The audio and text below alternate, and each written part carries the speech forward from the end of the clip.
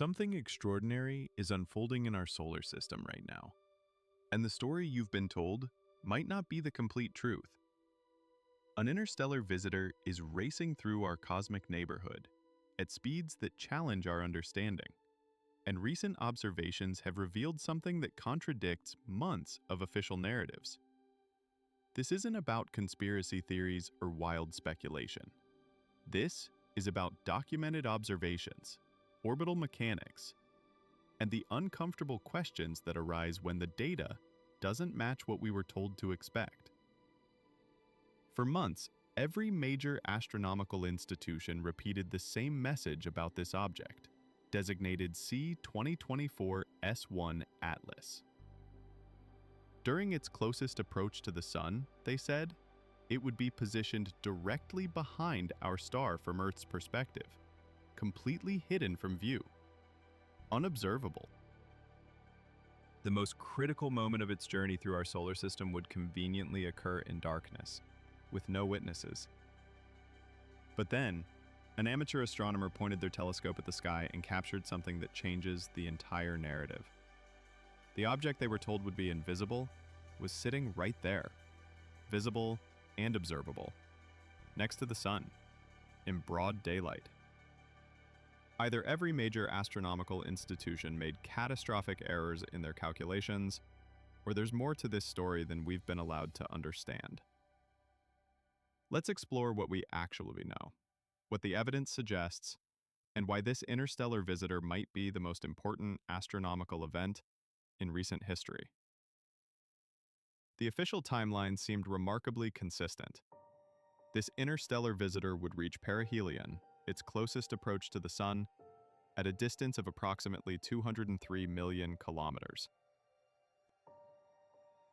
On that exact date, we were told, the object would be positioned directly behind the Sun from Earth's perspective, a phenomenon called solar conjunction.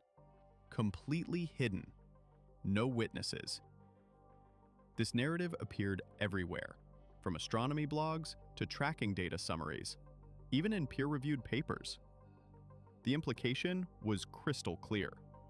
Whatever happens during this critical moment would happen in darkness. But here's where trust requires honesty. An amateur astronomy group decided to check for themselves, and what they published wasn't theory or speculation.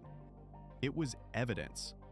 Actual telescope images, time-stamped, with coordinates verified, showing this object clearly visible in the constellation Virgo.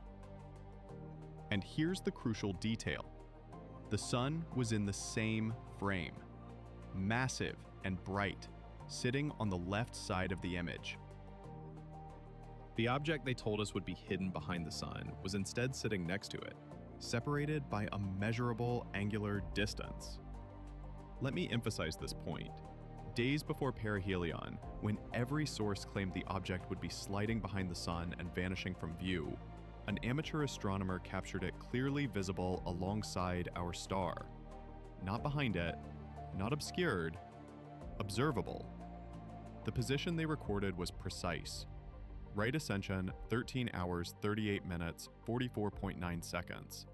Declination, minus 7 degrees, 40 minutes, 32.5 seconds. Distance, 2.34 astronomical units from Earth. Apparent magnitude 15, which means you need a telescope to see it. But it's absolutely there, sharing the same field of view as the Sun, completely contradicting the solar conjunction narrative.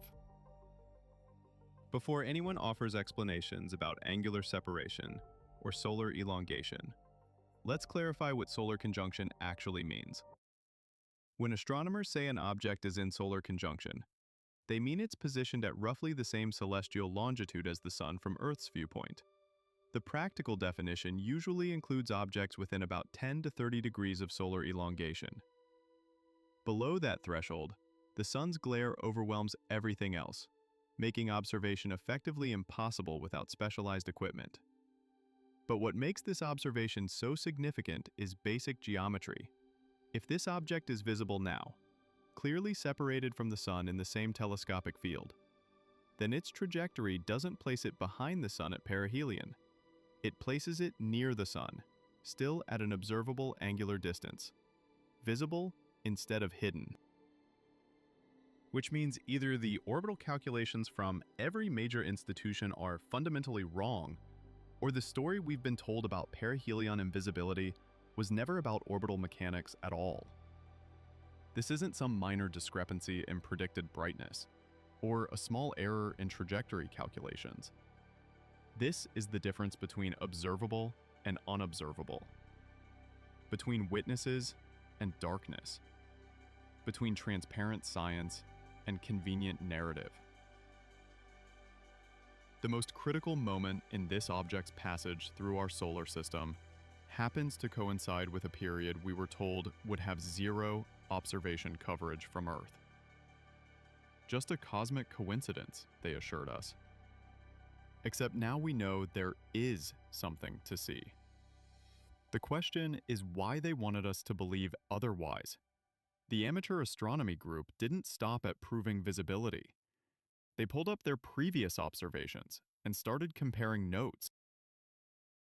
They've been documenting systematic trajectory deviations for over a week, position offsets from predictions reaching 15.4 arc minutes, lateral velocity changes requiring approximately 3.95 kilometers per second of non-gravitational acceleration, brightness anomalies showing the object consistently 20 to 26% dimmer than models expect, despite moving closer to the Sun.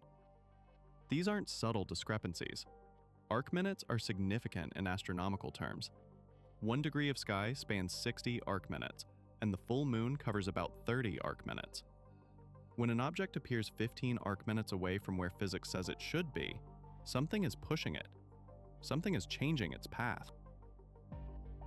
And when that same object brightens faster than inverse square law predicts as it approaches, yet still remains significantly dimmer than models expect, you're watching behavior that doesn't fit the simple story of a passive ice ball following gravity. The data over just 48 hours makes this even more interesting. The object shifted its right ascension by 3 minutes 56 seconds of arc, an increase in angular velocity compared to previous days. The declination shifted 17.7 arc minutes northward, distance closed by about 3 million kilometers, and brightness increased by about 4%. Here's where the physics gets uncomfortable for the natural comet explanation. The brightness increase measured was more than twice what inverse square law predicts for that distance change. When something gets closer, it appears brighter in proportion to the square of the distance change. For this distance change, you'd expect about 0.017 magnitudes of brightening. They measured 0.04, more than double, while simultaneously remaining nearly a quarter magnitude dimmer than models predicted overall.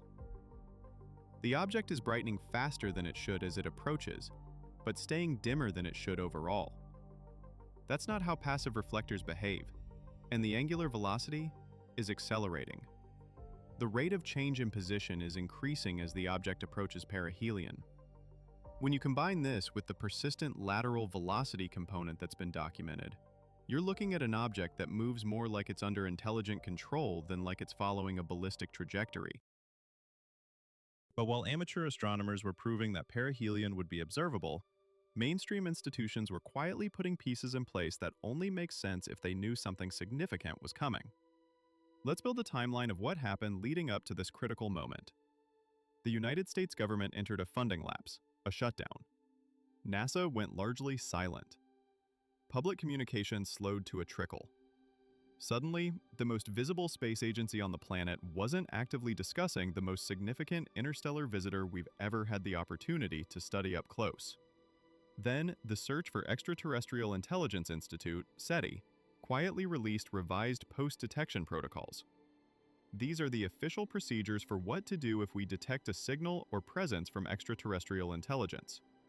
They hadn't been updated in 15 years. Suddenly, 2 weeks before this object reaches its closest approach to the Sun, SETI decides it's time to revise the rules. The new protocols create what critics call a communication monopoly, restricting who can discuss or respond to extraterrestrial contact, centralizing control over information flow, establishing clear hierarchies for announcement and analysis. Why now? What changed? Then, something else happened. The International Asteroid Warning Network added this object to its planetary defense threat list. Let that sink in. This is the first interstellar object ever designated this way. The object poses no collision risk with Earth. Its closest approach to our planet will be roughly 269 million kilometers, nearly twice the Earth-Sun distance. So why add it to a planetary defense list designed for actual impact threats? On that same day, the International Astronomical Union announced a mandatory training exercise for member institutions, running for 2 months, starting exactly 4 weeks after Perihelion. Training for what? Processing data from a natural comet? Or preparing for something else entirely?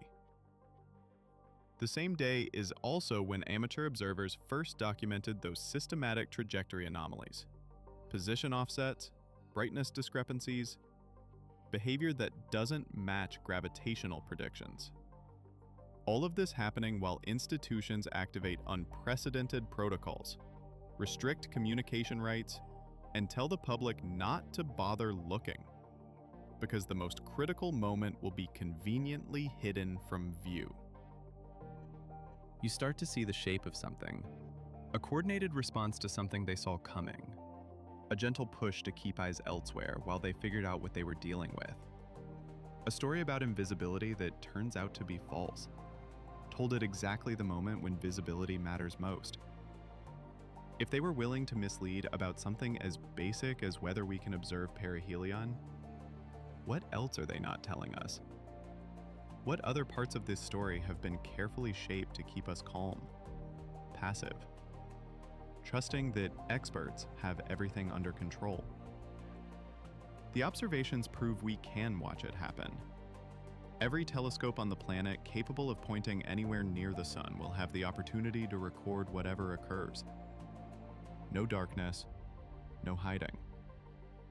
Just physics playing out in real time with witnesses.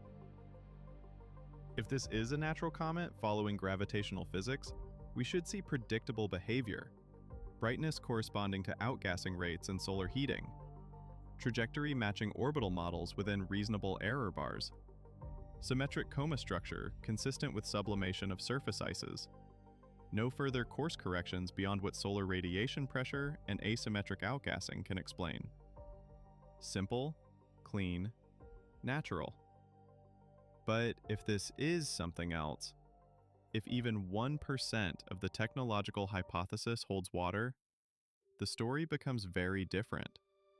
We might see continued lateral acceleration inconsistent with gravity alone, brightness anomalies suggesting controlled emissions rather than passive reflection and outgassing, geometric patterns in the coma that look designed rather than chaotic.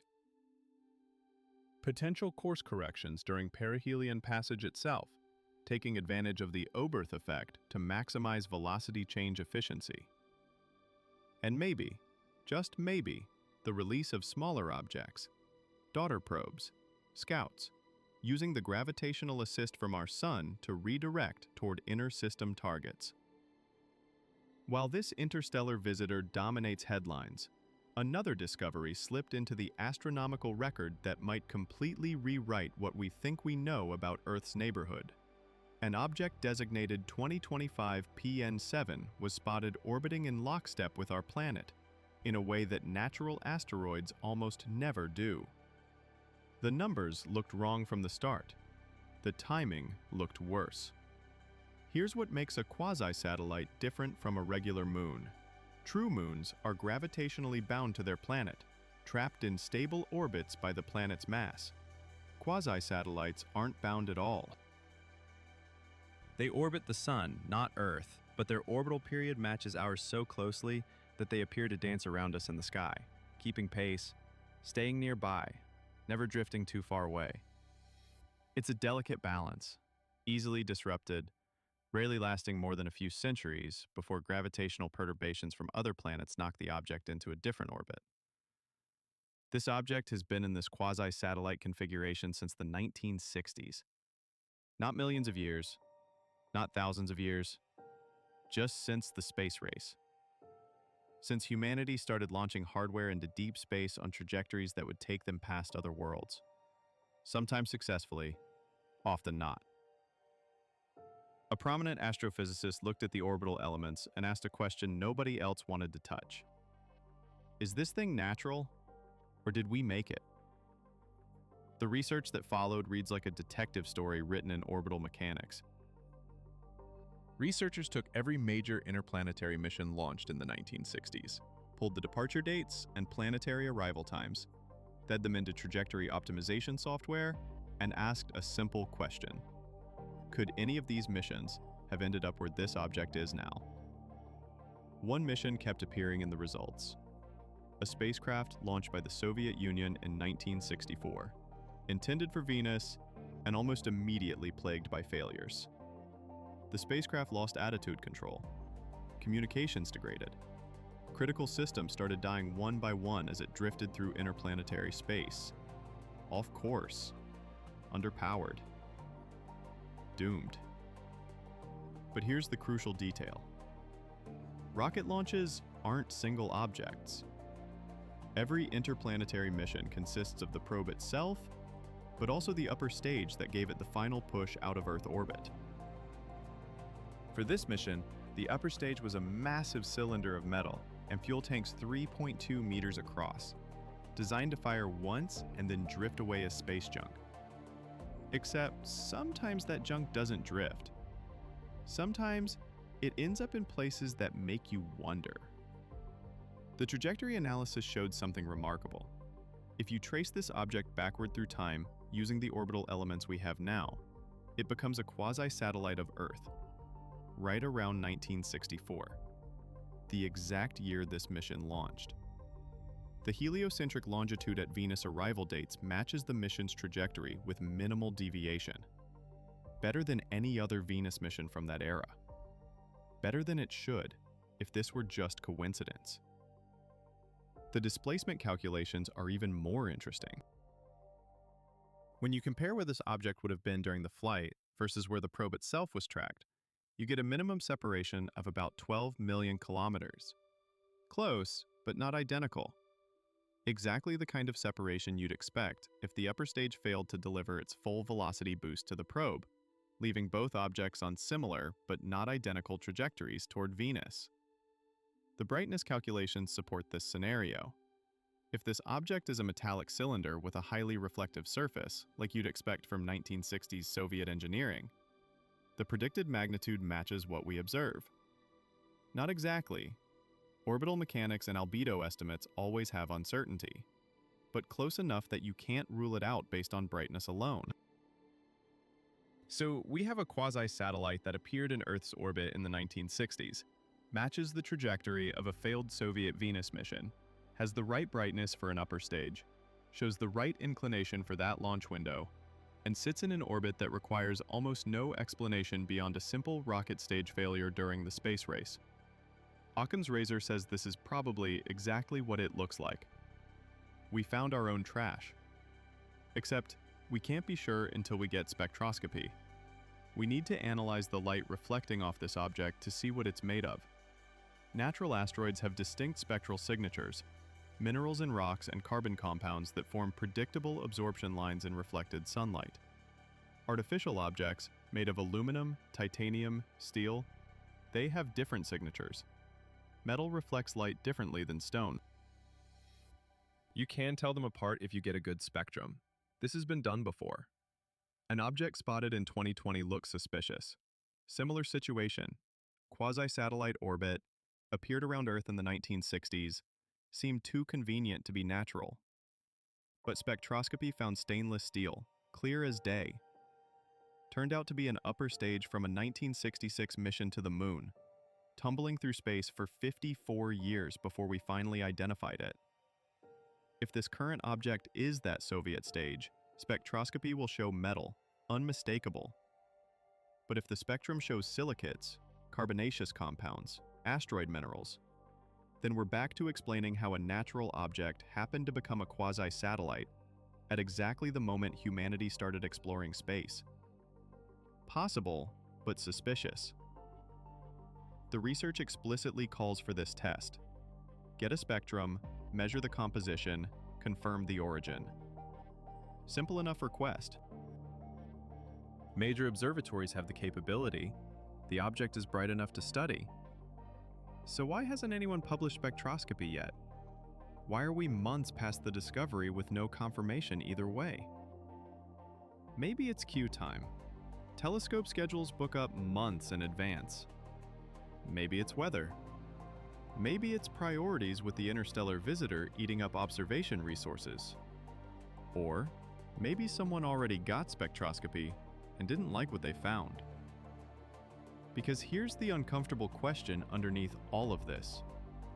If this object is natural, we need to explain the coincidence. Quasi-satellite orbits are rare. Quasi-satellite captures that happen during the exact decade when humanity launches its first interplanetary missions are rarer still. Natural objects don't care about our schedule. They don't wait for us to start exploring before they show up. So either we got cosmically lucky, finding a natural quasi-satellite that happened to arrive during the space race, or the object is exactly what it looks like, and we're just spooked by our own reflection. But if it's artificial, if spectroscopy confirms metal, we need to explain why a failed Soviet rocket stage ended up in such a perfect quasi-satellite orbit. And that requires either extraordinary luck, the stage failing in exactly the right way to capture into resonance, or extraordinary engineering, the Soviets intentionally designing the upper stage to end up there. Neither explanation is satisfying. One requires too much coincidence. The other requires too much foresight for 1964 technology. There's a third option nobody wants to say out loud. What if it's not ours at all? What if this object is older than the 1960s?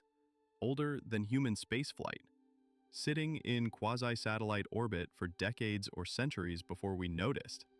And the timing is just when we finally got telescopes good enough to spot it.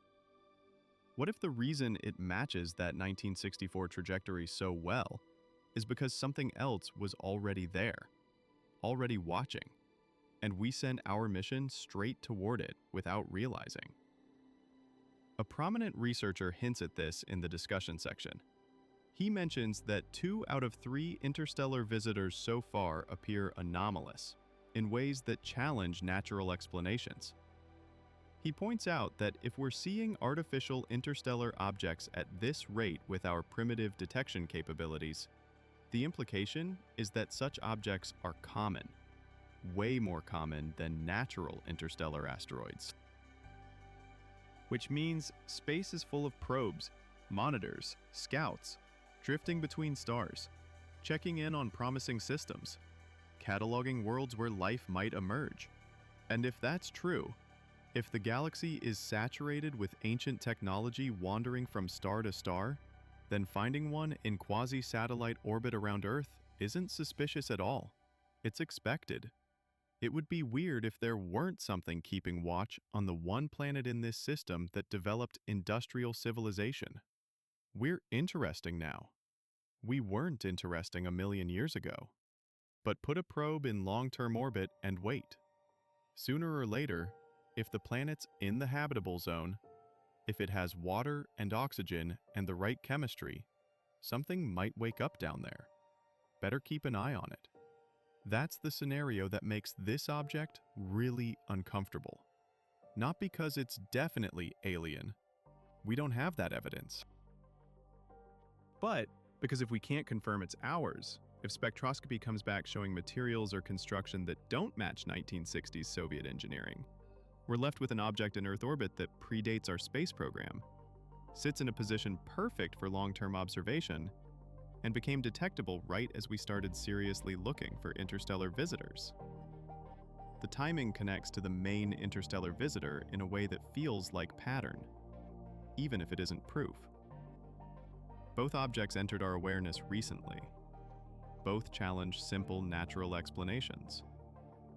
Both sit in orbits that would make perfect sense for reconnaissance missions. One on a flyby trajectory that brings it close to multiple planets before leaving the system. The other in a stable quasi-satellite position where it can watch Earth indefinitely without requiring course corrections.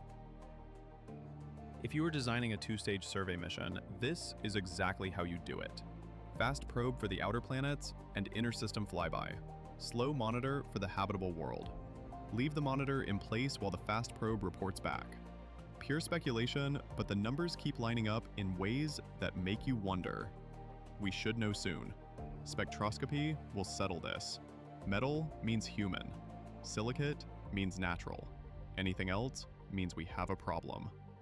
But until those results come in, until someone publishes a spectrum showing clear identification one way or another, this object sits in Earth orbit, watching, waiting, being exactly ambiguous enough that both explanations stay on the table.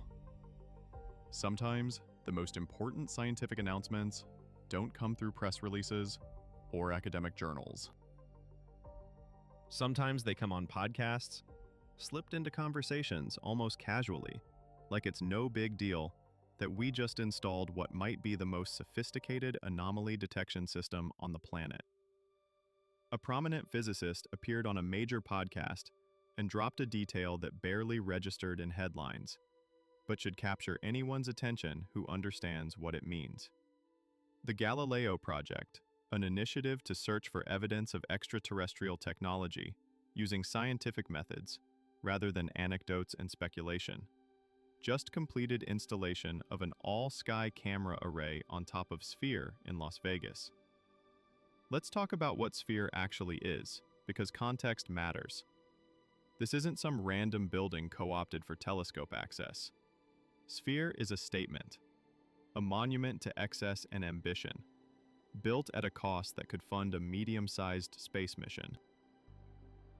It's 112 meters high, 157 meters wide, a perfect hemisphere, covered in 54,000 square meters of LED displays, making it the largest screen on Earth.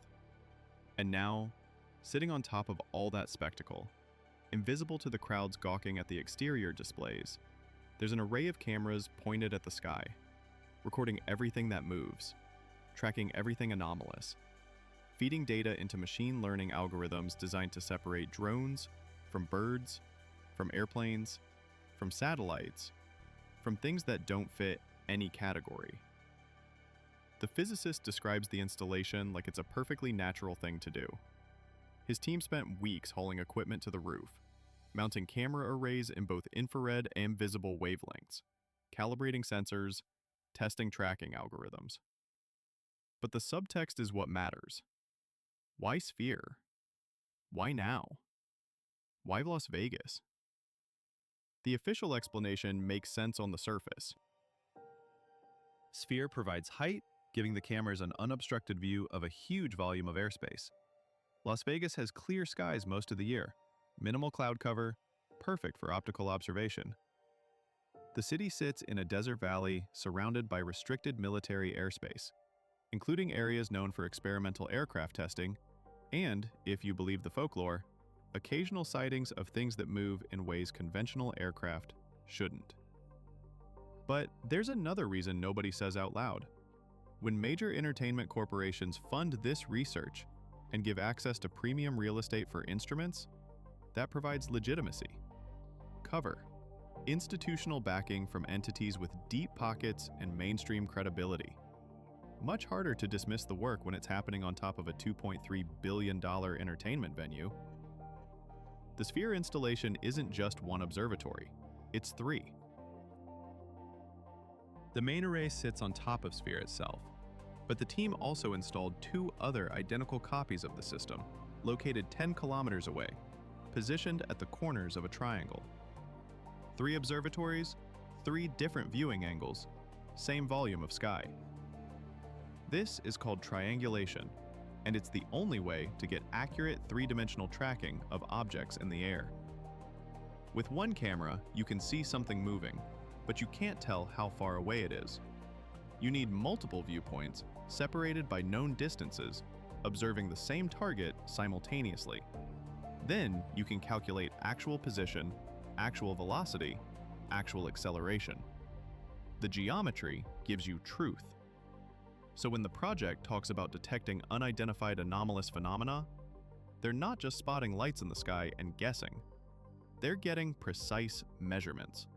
Position accurate to meters. Velocity vectors with directional components.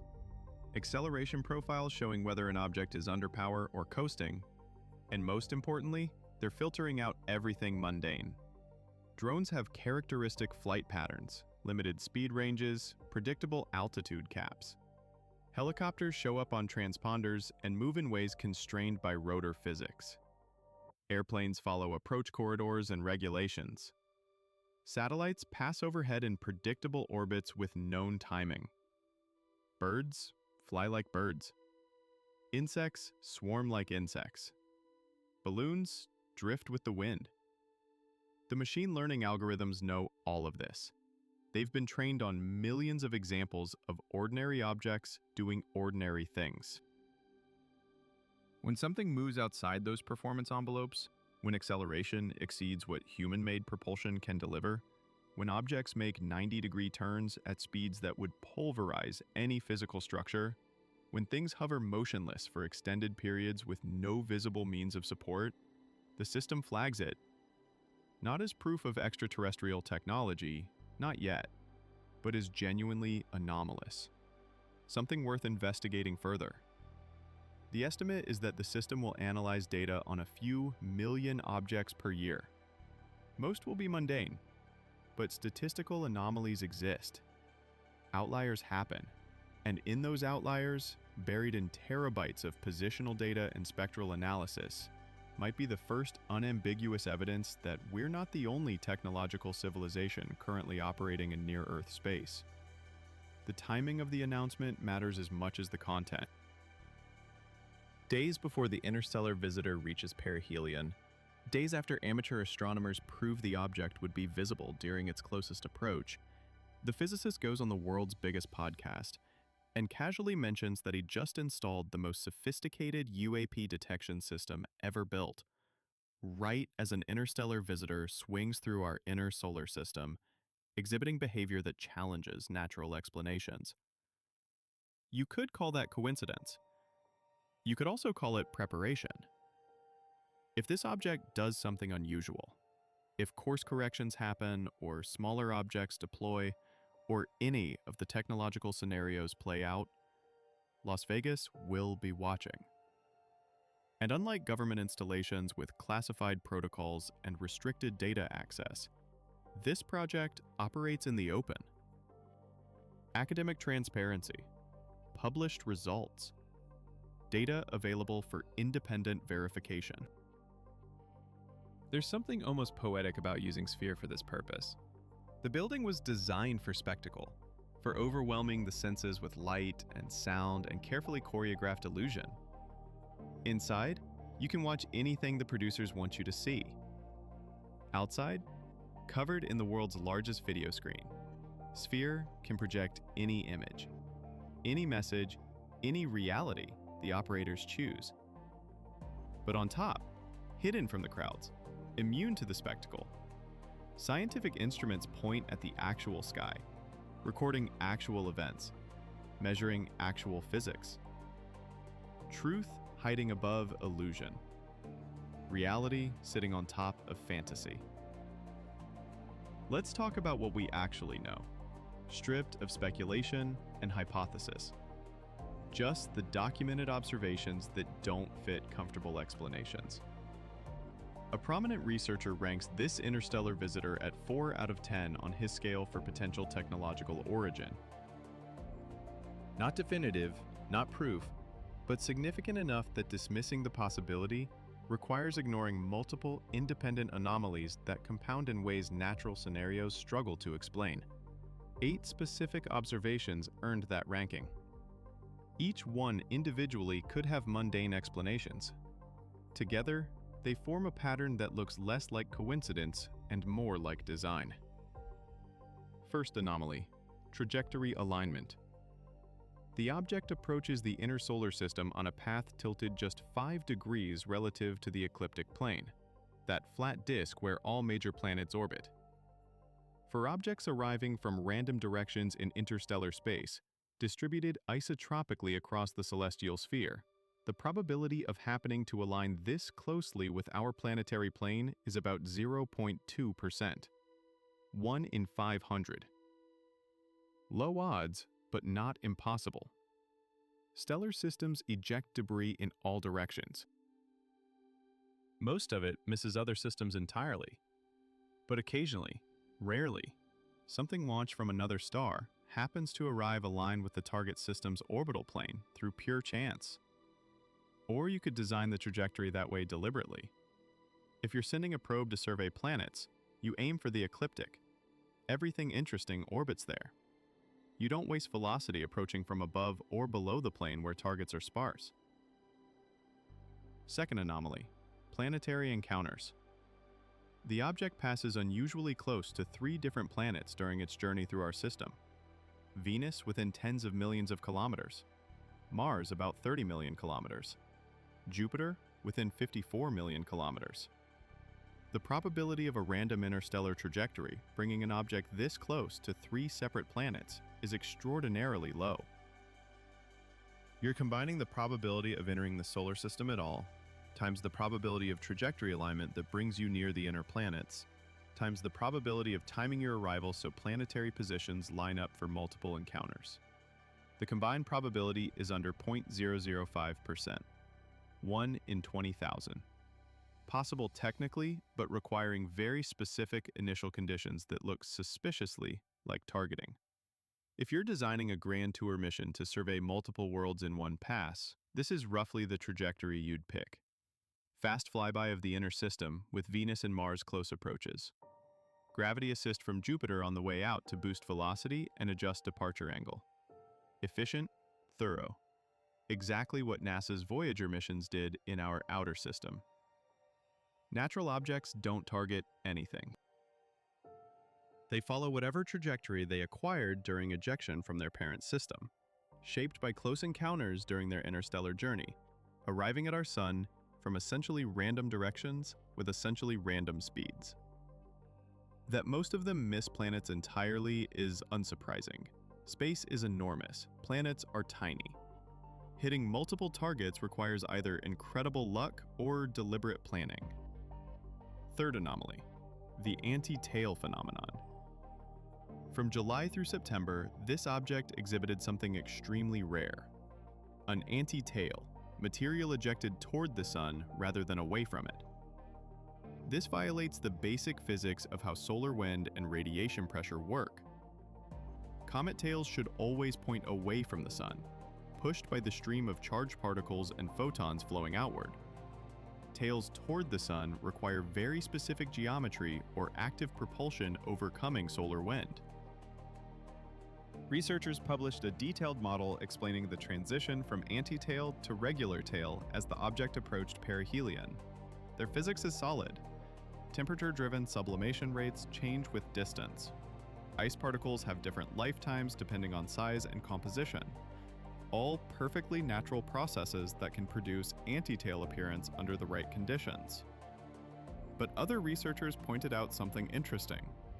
If this were an alien spacecraft slowing down and the anti-tail represented braking thrust, then the transition to a regular tail would mark the end of deceleration. Thrust turns off. Outgassing takes over. Behavior shifts from powered flight to passive coasting. The timing fits. The physics fits. And while natural explanations work, so does the technological one. Ambiguity rather than resolution. Fourth anomaly. Nickel emissions without iron. Spectroscopy of the coma, the cloud of gas and dust surrounding the nucleus. Detected glowing nickel vapor. This is unusual. Comets contain metals, but usually as silicate minerals or metallic grains embedded in ice, not as vapor. Getting nickel into the gas phase requires very high temperatures. And the really strange part is the absence of corresponding iron signatures. Nickel and iron occur together in meteorites, in asteroids, in pretty much every natural solar system object we've studied. Finding one without the other suggests either very unusual composition or selective emission. Spacecraft hulls use nickel alloys, stainless steel contains nickel, batteries and electronic components incorporate nickel. If you were building an interstellar probe, nickel would be part of the structural materials and could volatilize if exposed to intense solar heating. Not proof of artificial origin, but consistent with it in ways that make natural explanations more complicated. Fifth anomaly: carbon dioxide dominance. The James Webb Space Telescope measured this object's composition and found an extreme carbon dioxide to water ice ratio of 8:1, highest ever recorded for any comet. Most solar system comets are water-rich with carbon dioxide as a minor component. The reverse ratio suggests formation in a very cold environment, farther from the parent star than our Kuiper belt, where carbon dioxide ices are more stable than water ice. Or it suggests deliberate storage of volatiles chosen for properties that make them useful. Carbon dioxide is an excellent refrigerant. It sublimates cleanly without leaving residue. It's dense, easy to store, and releases energy predictably when heated. If you're designing comet camouflage for a spacecraft, high carbon dioxide content gives you the optical signature you need while minimizing water production that would be hard to control. Sixth anomaly: early activation. Outgassing activity was detected as early as May when the object was approximately 6.4 astronomical units from the Sun, farther out than Jupiter. Normal comets don't become active until they're much closer, typically inside 3 astronomical units, where solar heating becomes intense enough to drive significant sublimation.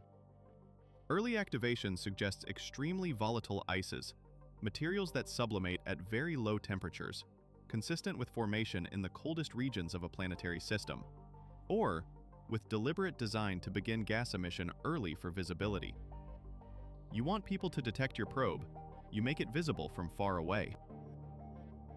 Carbon dioxide activity at 6 astronomical units does exactly that. Gets telescopes pointed in your direction, ensures tracking throughout the entire approach phase. Seventh anomaly: brightness pattern. The object has been consistently 20 to 26% dimmer than models expect, despite moving closer to the Sun. Yet it's brightening faster than inverse square law predicts for the distance change. The object is brightening faster than it should as it approaches, but staying dimmer than it should overall. That's not how passive reflectors behave. Eighth anomaly: geometric emission patterns. Multiple telescope observations noted that the coma structure showed patterns inconsistent with random chaotic outgassing from a rotating irregular nucleus. Brightness distributions appeared more organized, potentially symmetric in ways that suggest directed jets or controlled emission, rather than uncontrolled sublimation driven purely by solar heating. This is the weakest of the 8 anomalies because coma morphology is complex, but combined with everything else, it adds to the weight of evidence that something about this object behaves differently than natural interstellar comets should. 4 out of 10 on the scale. Not alien confirmed. Not even alien probable. Just anomalous enough in enough independent ways that the technological hypothesis deserves serious consideration rather than immediate dismissal. The question we keep dancing around is the one that matters most. If even a fraction of these observations point toward technological origin, what does that mean for us? Not philosophically, not spiritually, practically. What changes when we discover we're not alone? The answer depends entirely on what comes next. Detection is just the beginning. Understanding intent, capability, and purpose requires data we don't have yet. But we can look at patterns, make educated guesses, and prepare for possibilities that range from benign to existentially significant. Scenario 1: reconnaissance. The most conservative technological interpretation suggests this object is a probe. Automated survey mission sent by a civilization that learned to travel between stars before we did. Its trajectory makes sense for a grand tour mission. Fast flyby of multiple planets, data collection, measurements, maybe sample return if it deploys smaller craft during perihelion passage. If this is reconnaissance, the implications are relatively mild. Someone knows we're here, they've been watching. They've cataloged our planet, our electromagnetic emissions, our industrial signatures. They know we have technology, cities, agriculture, signs of intelligence. But they're not intervening. No contact, no communication. Just observation. This scenario suggests a civilization following protocols similar to what we might develop ourselves. Survey before contact. Understand before engagement. Don't interfere with developing species until they reach a certain threshold of capability, or demonstrate readiness for broader cosmic community. We've imagined scenarios like this in science fiction for decades. The Prime Directive, the Zoo hypothesis, advanced civilizations watching primitive ones, maintaining distance until the time is right. If this object is reconnaissance and nothing more happens, if it completes its flyby and exits the solar system without further interaction, then we're left with profound knowledge but no immediate crisis. We know we're not alone. We know someone else achieved interstellar travel. We know they're interested enough in our system to send probes. But daily life continues. Governments adjust policies, scientists recalibrate search strategies, philosophers write papers about cosmic significance, and we wait to see if they come back. Scenario 2. Resource Survey. A darker interpretation suggests this isn't about us at all. It's about the solar system's resources. Metals, volatiles, energy sources. Maybe advanced civilizations strip mine uninhabited systems for raw materials needed to build megastructures or fuel interstellar expansion. Survey first. Catalog what's available. Mark systems for future exploitation. In this scenario, Earth's habitability is a complication, not a feature. If there's industrial-scale resource extraction coming, the presence of indigenous intelligence creates ethical and practical problems. Do they avoid inhabited systems entirely, respecting sovereignty of native species? Do they extract resources anyway, treating our objections as irrelevant? Do they negotiate, offering technology or knowledge in exchange for access to asteroid belt minerals or Kuiper belt volatiles? This scenario introduces tension. Not immediate war, but competing interests. We want to preserve our solar system as pristine habitat and future expansion space for humanity. They want access to resources distributed across hundreds or thousands of systems. Finding compromise requires communication, which requires willingness from both sides to engage. If this object is resource survey and further missions follow, we enter a new era of interstellar politics. Humanity suddenly becomes one player among many, negotiating for rights to resources we've barely begun exploiting ourselves. Our leverage is limited. Our technology is primitive. Our unity is questionable. But we're here, we're aware, and we're capable of saying no. Whether that matters depends entirely on their ethics and enforcement capabilities. Scenario 3. First contact preparation. The most optimistic interpretation suggests this is precursor to deliberate contact. Advanced civilizations don't just show up unannounced. They scout first, assess readiness, measure technological capability, social cohesion, cultural maturity.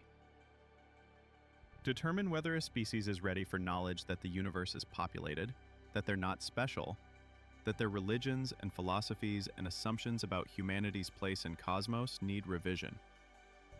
If this is first contact preparation, then what happens next is carefully choreographed. Gradual revelation. Increasing evidence.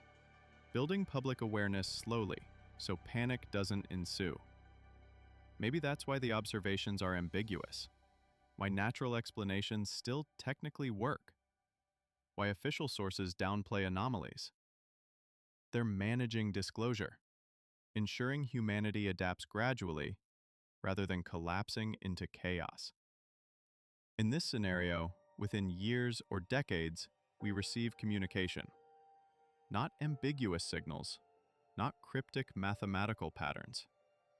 Clear, deliberate messages, explaining who they are, where they come from, what they want. Maybe an invitation to join broader galactic community. Maybe warning about dangers we haven't encountered yet. Maybe just acknowledgement that we're noticed, we're real, and we're no longer alone in our understanding of the universe. This scenario is hopeful, but requires enormous assumptions. It assumes benevolence. It assumes interest in uplift rather than exploitation. It assumes they care about our psychological well-being and social stability. History suggests that when technologically advanced civilizations encounter primitive ones, the outcomes are rarely beneficial for the primitive society. But maybe interstellar civilizations that survive long enough to colonize other systems learn different ethics. Maybe cosmic community operates on principles we can't imagine yet. Scenario 4. Ancient infrastructure. The strangest interpretation, but one that can't be entirely dismissed, suggests this isn't a new arrival at all. It's part of infrastructure that's been here for millennia, waiting, watching, activated only when threshold conditions are met. The quasi-satellite in Earth orbit that appeared in the 1960s, the interstellar visitor with trajectory optimized for planetary encounters. Maybe these are components of monitoring network, established long before humanity existed. If this is ancient infrastructure, then every major step in human technological development has been observed. The Industrial Revolution, nuclear weapons, spaceflight, digital communications. Each advancement triggers updates to whoever built this network, informing them that another species in another system has reached another milestone on the path toward technological maturity. In this scenario, what happens next depends on programming established by civilizations that might not even exist anymore. Automated systems following protocols designed millions of years ago. When a monitored species reaches certain capability thresholds, perhaps the system sends signals home, or activates dormant communication arrays, or deploys additional resources to assess whether intervention is warranted. This is the scenario where humanity's agency matters least. We're not encountering active exploration. We're tripping sensors in ancient machinery. What happens next was decided long before we evolved, by entities we may never meet, for purposes we may never fully understand. The infrastructure observes, records, reports. And somewhere, maybe, someone receives the data and decides whether we're interesting enough for direct contact. Each of these scenarios carries different implications, different timelines, different levels of urgency for human response. But all of them share one common feature. If this object is technological, our species just entered a larger context. We're no longer wondering whether we're alone. We're adapting to the reality that we're not, and figuring out what that means for everything we thought we understood about our place in the universe. Let's address the elephant in the room. Everything we've discussed so far operates on the assumption that this interstellar visitor survived its close approach to the Sun. But reality doesn't always cooperate with our narratives, and space is full of objects that don't survive their encounters with extreme environments. Comets are fragile. They're not solid rock. They're loose aggregations of ice, dust, and rocky material, held together by weak gravity and frozen volatiles. When a comet approaches the Sun, especially one coming from the outer reaches of the solar system or interstellar space, It experiences thermal stress unlike anything in its previous existence. Ice sublimates. Gas pressure builds inside the nucleus.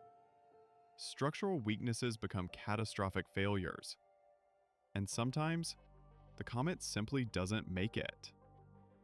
C-2024 S1 Atlas belonged to a group called Kreutz Sungrazers, comets that follow extremely close trajectories to the Sun, passing within a few solar radii of the surface.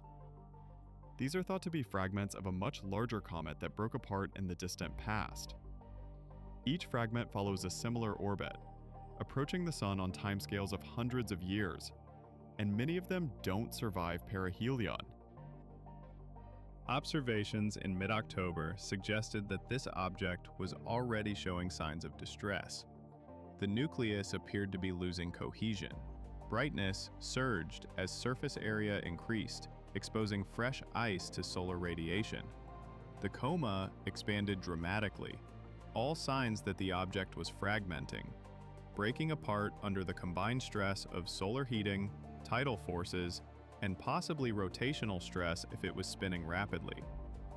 By October 28th, when the object reached perihelion, passing within about 1 million kilometers of the Sun's surface, it had essentially disintegrated. Observations from solar observatories that monitor the Sun's corona detected debris, a stream of fragments and dust, but no coherent nucleus. The comet didn't survive.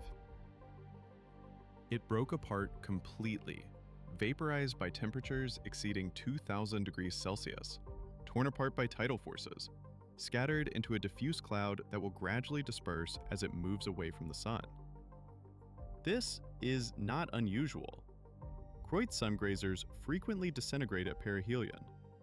The Solar and Heliospheric Observatory, SOHO, has observed hundreds of these comets over the years. Most of them are small, barely a few meters across. Most of them vanish completely as they approach the Sun, visible for a few hours in SOHO's coronagraph before fading into nothing.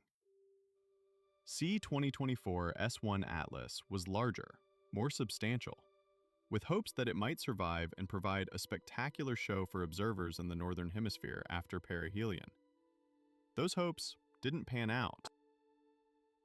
The comet died doing what comets do, delivering volatiles and organic materials accumulated over billions of years back to the inner solar system, enriching the interplanetary medium with dust and gas that will eventually contribute to future planetary formation or fall onto existing worlds. So does this mean all the anomalies we discussed were meaningless? That the technological hypothesis was wrong from the start? Not necessarily. The fact that an object disintegrates doesn't tell us what it was before disintegration. Natural comets fall apart, but so would poorly designed spacecraft lacking adequate thermal shielding.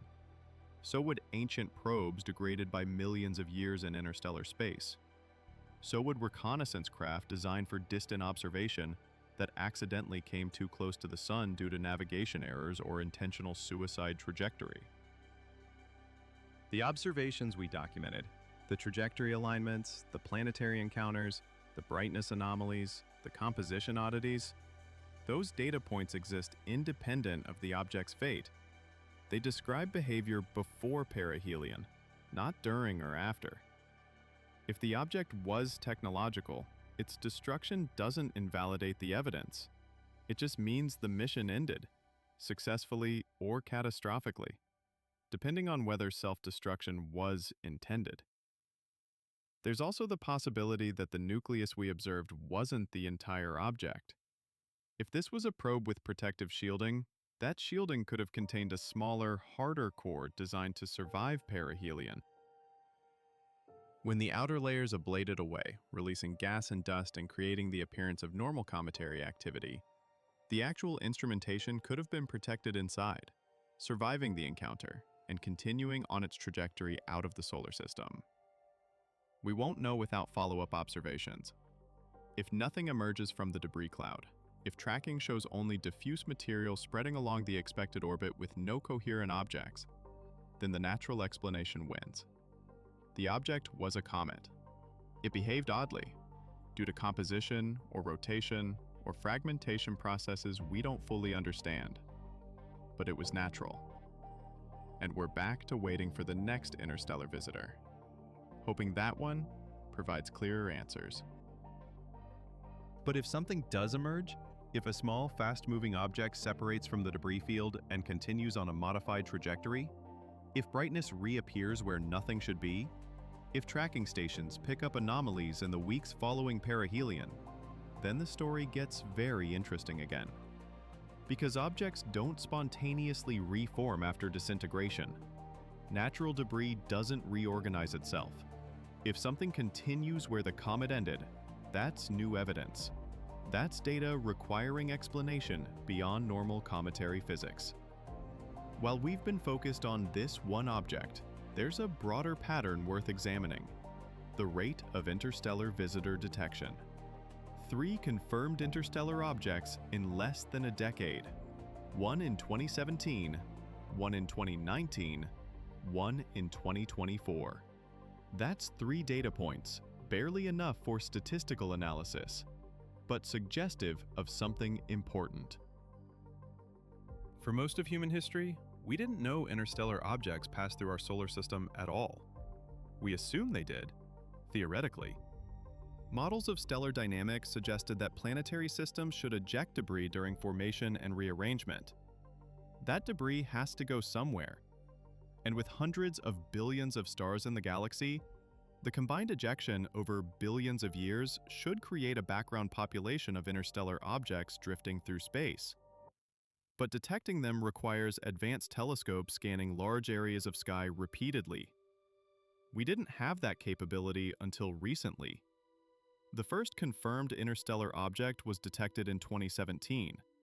Not because interstellar objects suddenly started visiting, but because we finally built survey systems capable of spotting them. Pan-STARRS in Hawaii, Atlas Survey, Catalina Sky Survey. These automated systems scan the entire visible sky every few nights, looking for anything that moves, anything that changes, anything new. And once we started looking properly, we started finding 3 in less than a decade. Extrapolate from that detection rate, account for observational biases, correct for the fact that we can only see objects that come relatively close to Earth and are bright enough to spot, and models suggest there could be thousands of interstellar objects passing through the solar system at any given time. Most too small to detect, most on trajectories that don't bring them close to the sun or planets. But present, drifting, following hyperbolic orbits that pass through once and never return. If most of those are natural, ejected debris from other planetary systems, then the numbers make sense. The galaxy is old. Stars form planets. Planets interact gravitationally. Material gets ejected. After billions of years of this process, interstellar space is full of rocks and ice following trajectories determined by their last gravitational encounter. But if even a small fraction are artificial, if 1% of interstellar objects are probes rather than natural debris, then the galaxy is saturated with surveillance technology. Tens of thousands of probes passing through our solar system over millennia, most undetected. Most following trajectories optimized for data collection rather than visibility. And 3 of them happening to be spotted in the last decade because we finally built telescopes good enough to notice. This changes the Drake equation fundamentally. That famous formula for estimating the number of detectable civilizations in the galaxy assumed communication as the detection method. Radio signals. Deliberate broadcasts. Responses to our transmissions. But if advanced civilizations don't communicate by radio, if they prefer surveillance networks of autonomous probes seeded throughout the galaxy, then detection doesn't come from signals. It comes from spotting the probes. And if probes are common, if interstellar object surveys keep finding more candidates that exhibit anomalies similar to what we've discussed, then within a few decades we might have enough data to separate natural from artificial with statistical confidence. We wouldn't need definitive proof for any single object. we'd have distributions, patterns, correlations between trajectory and composition and behavior that reveal intentional design. This is already starting to happen. Researchers are comparing datasets across multiple interstellar objects, looking for similarities that natural populations wouldn't show. If all interstellar visitors happen to arrive aligned with the ecliptic plane, beyond random chance, that's evidence of targeting. If brightness patterns correlate with distance from the sun in ways that suggest active emissions rather than passive reflection, that's evidence of power sources. If trajectories preferentially bring objects near habitable zone planets rather than random solar system locations, that's evidence of reconnaissance prioritization. None of this proves anything yet. 3 objects is not a statistically significant sample. But 10 objects might be.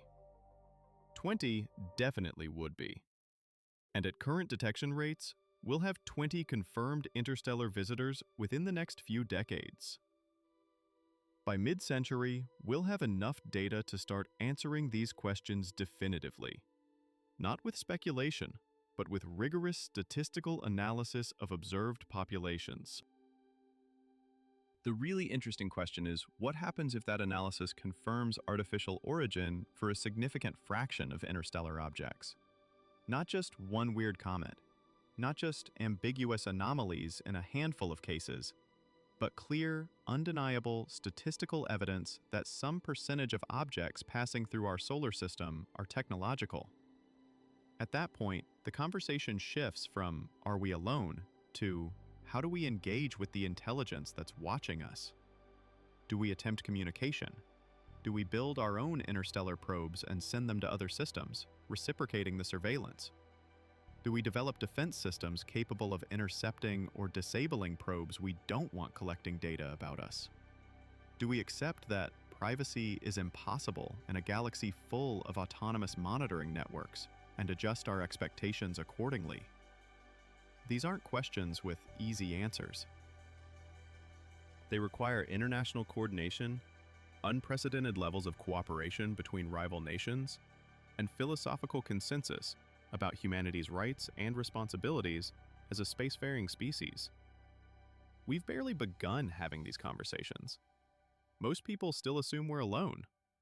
Most governments still treat extraterrestrial intelligence as fringe speculation rather than serious policy concern.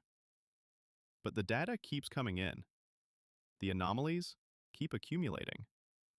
And every new interstellar object we detect adds another data point to distributions that are starting to look less random and more structured than natural populations should be. Let's talk about what happens if we're wrong. If all of this, the anomalies, the patterns, the statistical analysis, leads us down a path of believing we've detected artificial interstellar probes, and then we discover we're mistaken. That everything has natural explanations we just haven't figured out yet.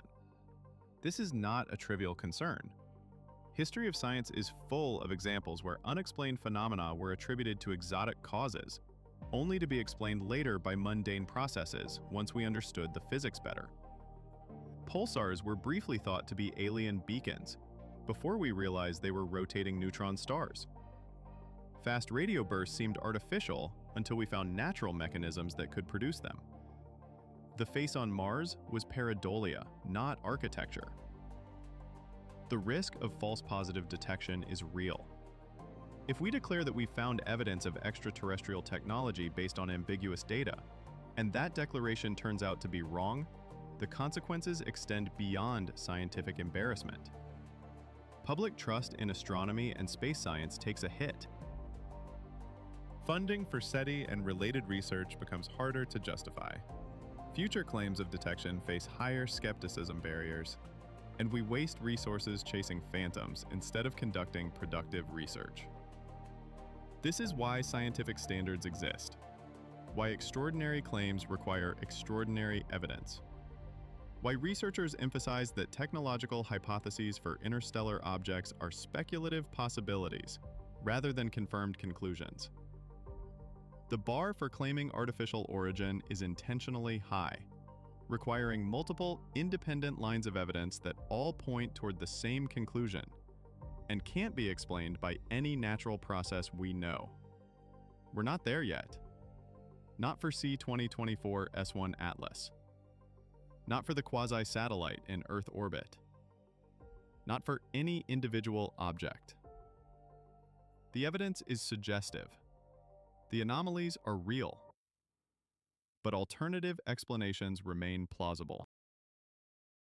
Until we have spectroscopy showing manufactured materials, until we detect structured signals, or observe unambiguous maneuvering that violates conservation of momentum, until we recover physical samples that demonstrate technological construction, we're in the realm of hypothesis rather than conclusion. That said, the absence of proof isn't proof of absence. Just because we can't definitively confirm artificial origin doesn't mean these objects are definitely natural.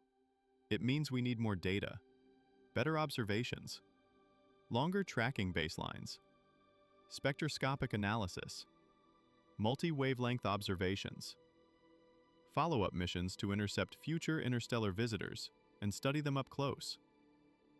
NASA and other space agencies are already considering this. Proposals exist for rapid response missions that could launch on short notice when interesting interstellar objects are detected. Small spacecraft designed to match velocity with the visitor, fly alongside it for weeks or months, deploying instruments to measure composition, surface properties, thermal emissions, magnetic fields, everything we'd need to distinguish between natural and artificial origin. These missions are technically challenging. Interstellar objects move fast, typically 20 to 30 kilometers per second relative to the Sun. Matching that velocity requires enormous amounts of fuel, or extremely efficient propulsion, like solar sails or ion drives. Launch windows are short because objects are only detectable for a few months before they leave the inner solar system. And we don't know in advance which objects will be interesting enough to justify the cost of a mission. But if we're serious about answering these questions, if we want definitive data rather than speculation, these missions need to happen. We need to intercept an interstellar visitor while it's still nearby, study it comprehensively, and publish results that settle the natural versus artificial debate for at least one object. Then we have a baseline. Then we know what to look for. Then future observations can be compared against confirmed examples rather than theoretical models. The European Space Agency's Comet Interceptor mission is a step in this direction.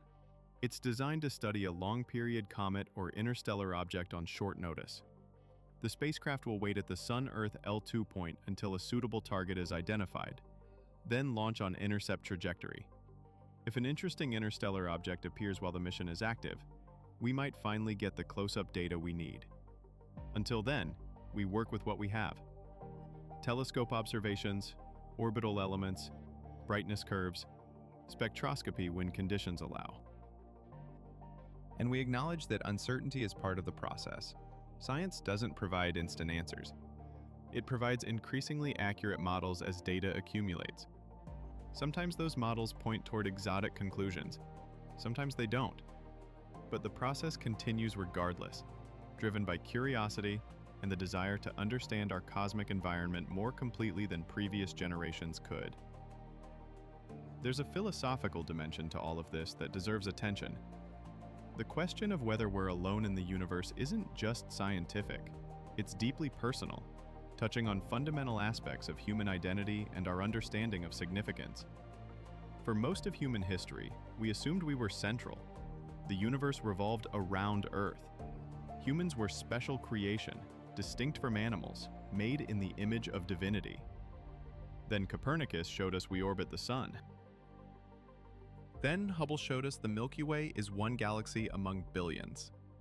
Then exoplanet discoveries showed us that planets are common. Rocky worlds and habitable zones exist around other stars, and the conditions that allowed life to emerge here probably exist in countless other locations. Each of these discoveries diminished our apparent uniqueness. We're not at the center. We're not the only world. We're probably not the only life. And if we're not the only life, we're probably not the only intelligence. The logic is compelling. The universe is vast, ancient, and full of environments similar to Earth. Intelligence emerged here. Why wouldn't it emerge elsewhere? But knowing something intellectually and experiencing it emotionally are different things. If we confirm that interstellar probes are real, that other civilizations achieve spaceflight before us, that we're being observed by intelligence we didn't create and can't control, that's a psychological adjustment unprecedented in human history. Some people will find it liberating, proof that we're not alone, that the universe is full of minds and meaning, that loneliness is an illusion we maintained only because our detection capabilities were too primitive to notice the others. This perspective embraces cosmic community, welcomes the opportunity to learn from older civilizations, and views contact as humanity's graduation into larger context. Other people will find it terrifying. Unknown intelligence with unknown capabilities and unknown intentions represents existential risk. We can't negotiate with entities we don't understand. We can't defend against technology millions of years more advanced than ours. We can't predict whether they view us as equals, resources, threats, or curiosities beneath notice. This perspective emphasizes caution, advocates for defensive preparations, and treats contact as potentially catastrophic. Both perspectives are valid. Both are rooted in reasonable assessments of risk and opportunity. And both will coexist in any human population confronting confirmed evidence of extraterrestrial intelligence. Managing that diversity of response becomes a major challenge for governments, institutions, and communities trying to maintain social cohesion through revelation that changes everything. Religious perspectives add another layer of complexity. Some theological frameworks accommodate extraterrestrial intelligence easily. If God created the universe, and the universe is vast, then God presumably created life elsewhere too. No contradiction, no crisis of faith, just expansion of the creation story to match observed reality. Other frameworks struggle more. Doctrines centered on humanity's unique relationship with divinity, on Earth as the singular stage for moral drama, on salvation histories specific to human experience. These require significant theological revision if intelligence exists elsewhere. Does that intelligence have souls? Did Christ die for their sins? Do they have their own prophets, their own revelations, their own paths to transcendence? These aren't trivial questions for believers whose entire worldview centers on human uniqueness. The scientific community will face its own challenges. Confirmation of artificial interstellar objects doesn't just validate one hypothesis. It opens thousands of new questions. How common is technological intelligence in the galaxy? What evolutionary pathways lead to spacefaring capability? How do civilizations organize themselves across interstellar distances? What prevents them from direct contact with developing species? What happens to civilizations that survive long enough to colonize other systems? Each question requires new research programs, new methodologies, new instruments. We'd need to develop xenobiology, the study of life unlike anything on Earth. We'd need xenotechnology, understanding engineering principles for civilizations with different constraints and resources. We'd need xenosociology, modeling social structures for beings we've never met. Entire new fields of study, drawing expertise from astronomy, biology, anthropology, engineering, linguistics, philosophy. The economic implications are substantial. Space industry becomes vastly more important if we're not alone. Defending Earth orbit from unwanted observation requires satellite networks, tracking systems, potentially interception capabilities. Communicating with or monitoring extraterrestrial intelligence requires investment in radio astronomy, optical SETI, interstellar messaging systems. Building our own interstellar probes to reciprocate surveillance requires propulsion research, autonomous systems development, miniaturization of instruments for long-duration missions. All of this requires funding, government budgets, private investment, international cooperation. And all of it competes with other priorities like climate change, poverty, disease, education. Convincing populations to allocate significant resources to space exploration and extraterrestrial intelligence research requires either strong evidence that the investment matters or strong leadership willing to prioritize long-term cosmic significance over short-term terrestrial concerns. We're at the threshold of something. Maybe not confirmation, not yet, but possibility.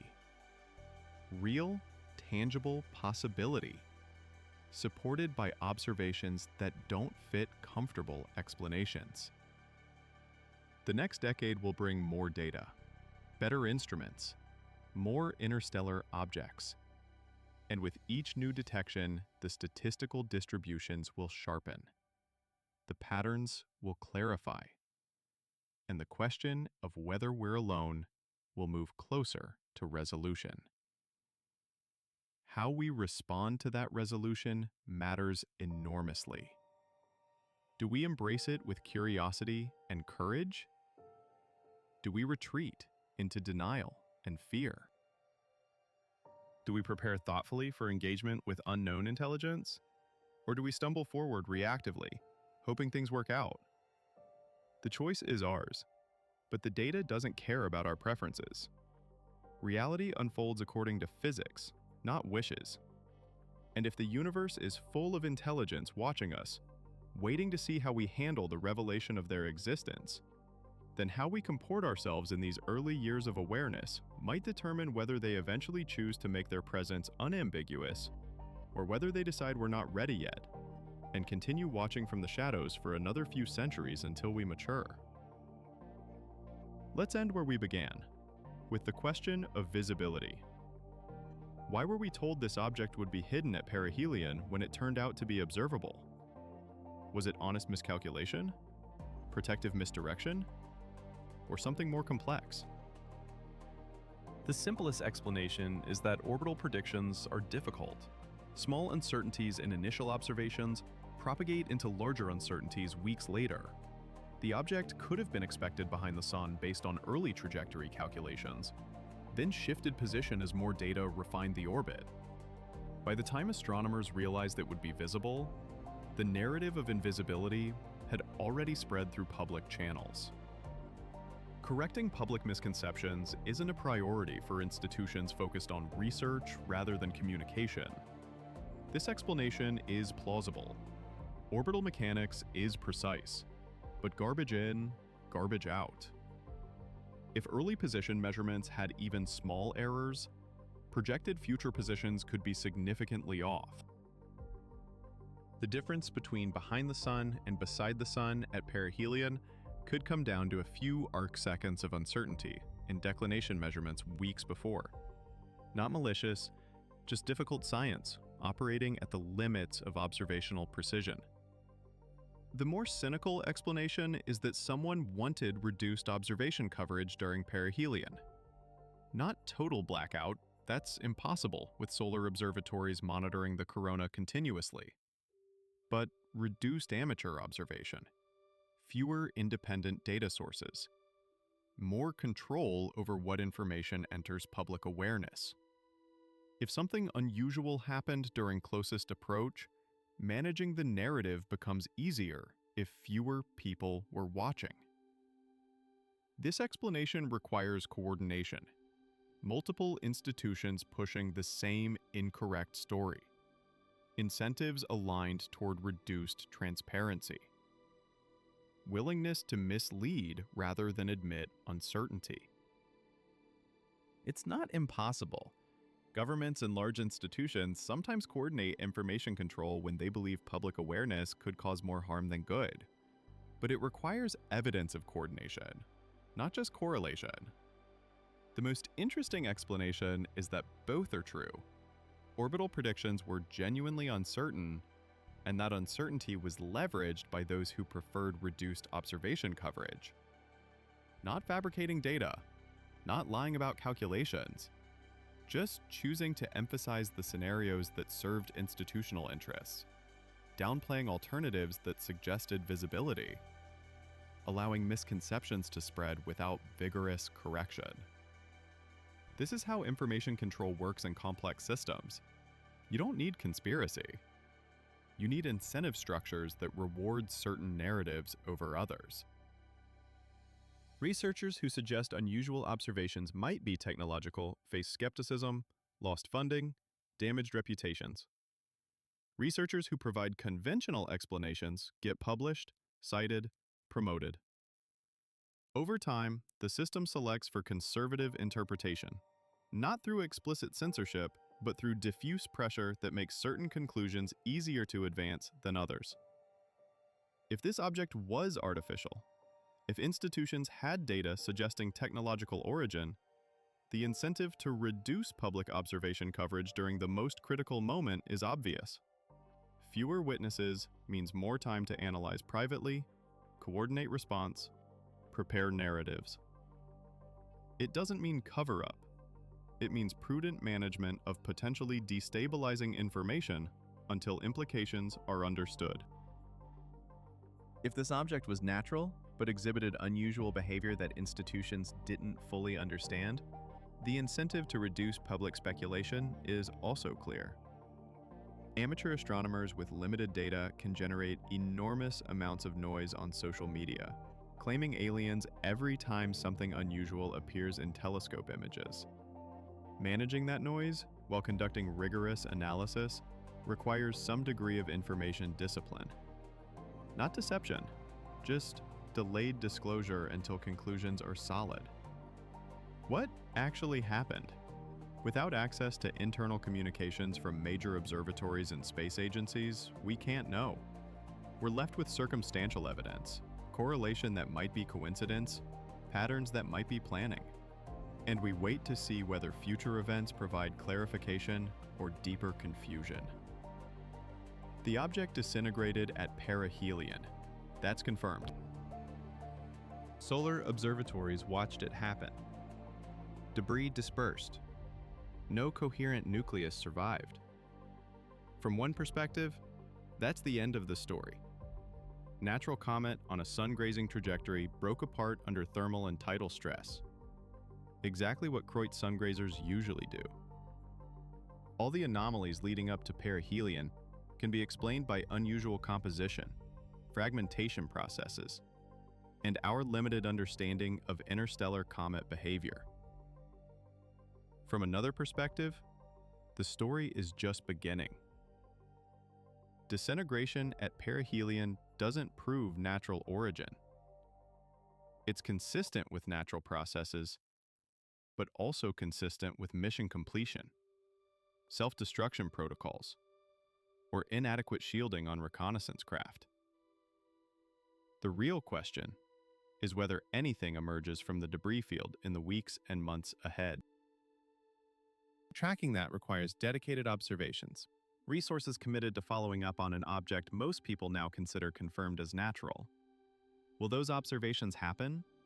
Will amateur astronomers and dedicated research groups continue monitoring the trajectory where the object used to be, looking for anomalies, checking whether anything coherent separated from the debris cloud?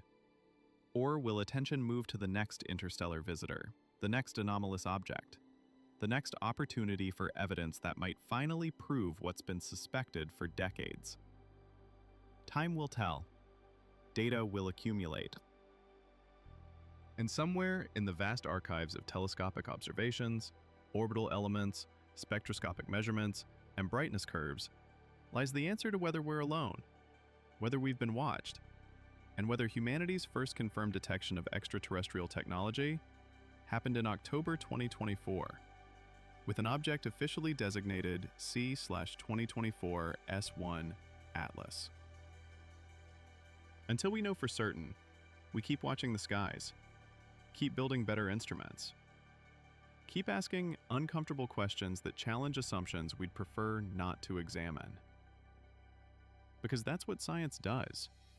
It follows evidence wherever it leads, even when the destination forces us to reconsider everything we thought we understood about our place in the universe.